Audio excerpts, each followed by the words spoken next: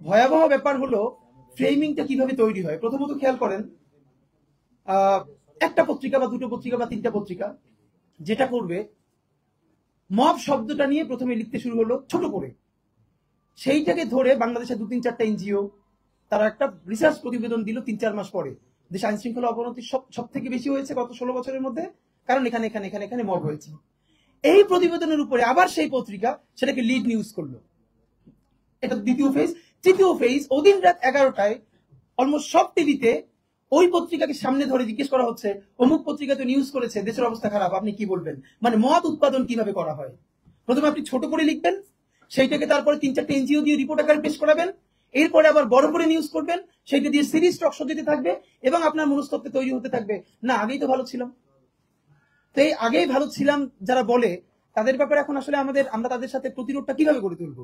প্রথমত হলো এই সরকারের যেটা সব থেকে বড় ব্যর্থতা, সে তো হলো এই জুলাইকে যারা ভীষণভাবে মনে প্রাণে ধারণ করে তাদেরকে দিয়ে পুরো উপদেষ্টা পরিষদ গঠন করা যায় না। এটা হলো সব থেকে প্রমাণ। দেখেন ছোট ছোট মানে ব্যাপারটাগুলো খুবই আপনাদের কাছে কম সিগনিফিকেন্ট মনে হবে, কিন্তু জরুরি হলো এই যে এখান থেকে বাংলা মোটর যেতে কারওয়ান বাজারে যে সামনের জায়গাটা দেখবেন, স্থানীয় সরকার মন্ত্রণালয়ের মাধ্যমে সম্ভবত অনেকগুলো ওয়ালে পেন্টিং করা হয়েছে, গুম খুন হত্যা বিভিন্ন।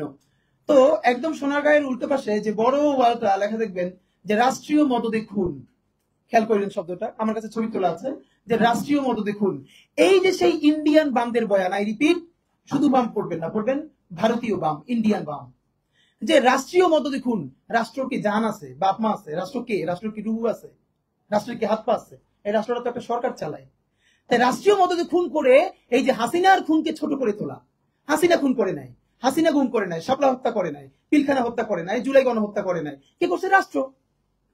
সেই লোকেরাই আবার এই গত 1 বছরে যেখানে যেখানে সমস্যা হচ্ছে তখন আর রাষ্ট্রের গালাজ দেয় না, তখন বলে ইনিস্ট্রে, তখন বলে ইন্টারিম রে। মানে কি পরিমাণ ভীষণ দ্বিচারিতা আপনি খেয়াল করেন। তা আমার প্রশ্ন হলো, আমরা ছোট মানুষ হয়ে রাস্তায় হেঁটে যাওয়ার সময় যদি এটা বুঝি, রাষ্ট্রের মধ্যে যারা পয়সা দিয়ে আর জনগণের পয়সায় এই পেন্টিং গুলো করালো, তাদের মধ্যে বোঝার লোক নাই যেখানে রাষ্ট্রীয় মদদে খুন চলবে না ওখানে লিখতে হবে হাসিনার নির্দেশে খুন। খুন তো হাসিনা করেছে। পিলখানা হত্যাকাণ্ড কে করেছে? শাপলা কে করেছে? এই জুলাই গণহত্যা, আয়নাঘর, ধর্ষণ, প্রত্যেকটা এই ম্যাসাকার গুলো কে করেছে? হাসিনা করেছে, হাসিনার দোসররা করেছে।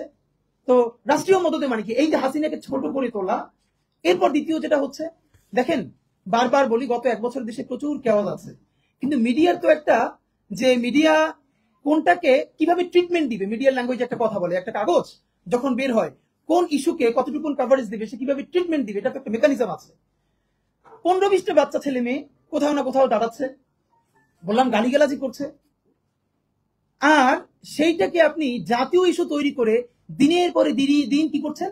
সিরিজ চালাচ্ছেন। আমাদের বর্তমানে কিছু রাজনীতিবিদরা, নাম বলছি না, খুব অসুস্থ হয়ে যাচ্ছে। আমাকে আমাদের বিএনপির এক আপা টকশোতে বলল, সে তিনি লজ্জায় মরে যান, একটা মেয়ে কিভাবে এরকম একজনের বাসার সামনে বকাঝকা করতে পারে, তার মেয়ের সামনে তিনি এখনো যদি ধমক দেন মেয়ে কান্না করে ফেলবে, আর তার মেয়ের বয়সী মেয়েরা রাস্তায় এসে তারপর এরকম গালিগালাজ করতেছে একজন বয়োবৃদ্ধ মানুষকে।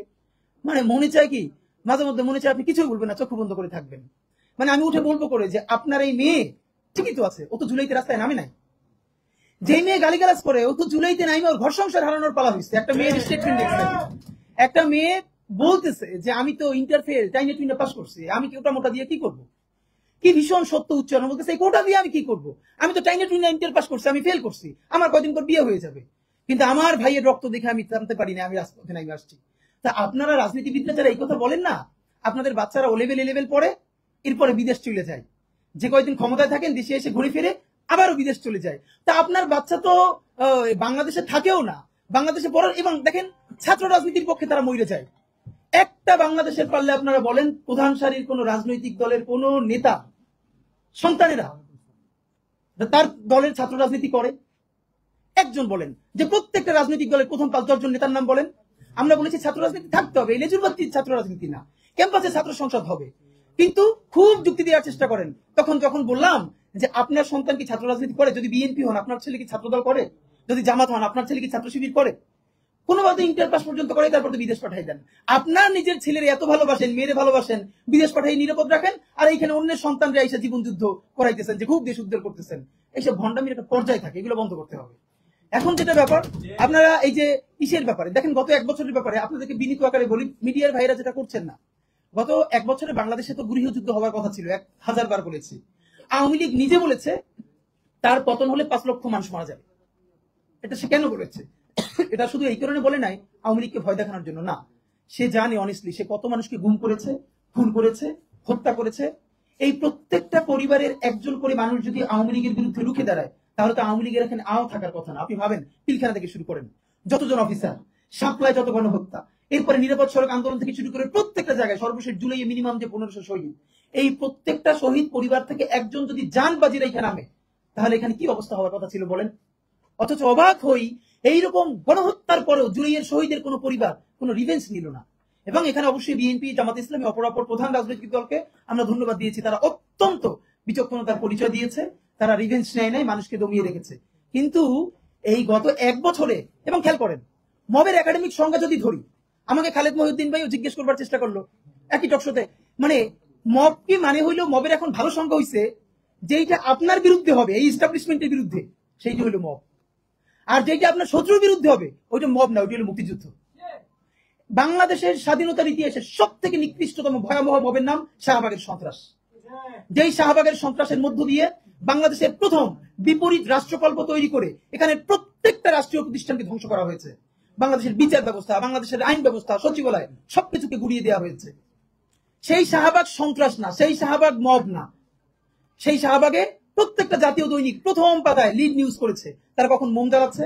আমি নিজে দেখেছি, শাহবাগে তো দিনের পর দিন আমি দেখেছি, যখন 40 থেকে 50 জন লোক মাত্র, দুপুরে লোক নাই, তখন মিডিয়াকে বলে দেওয়া হয়েছে এমন করে উপর থেকে ক্যামেরা ধরতে হবে যাতে অনেক লোক দেখা যায়।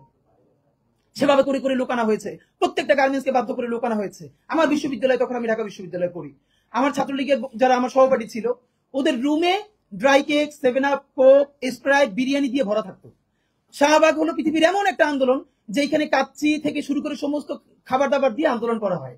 তো ওরা সব রুমে নিয়ে আসতো, যেগুলো এক্সট্রা থাকতো ওরা আবার ফ্রেন্ডদেরকে ডাকতো, কার কি লাগবে নিয়ে যা। এই কথা কেন বললাম? একটা মিডিয়া কি তখন সেটাকে মব বলেছে? সাংবাদিক মাহমুদুর রহমান হাজার আক্রমণের পরে কুষ্টিয়ে যখন আক্রান্ত হয়ে 11টা মাথায় সেলাই লিখেছেন, তার 11টা রক্তাক্ত ভয়াবহ অবস্থা, একটা পত্রিকা সেটাকে মব বলে নাই। আদালত চত্বরে একজন মানুষ আদালতের কাছে গেছে, আদালতের সামনে তাকে বিচার, মানে মাথা ফাটিয়ে দিচ্ছে।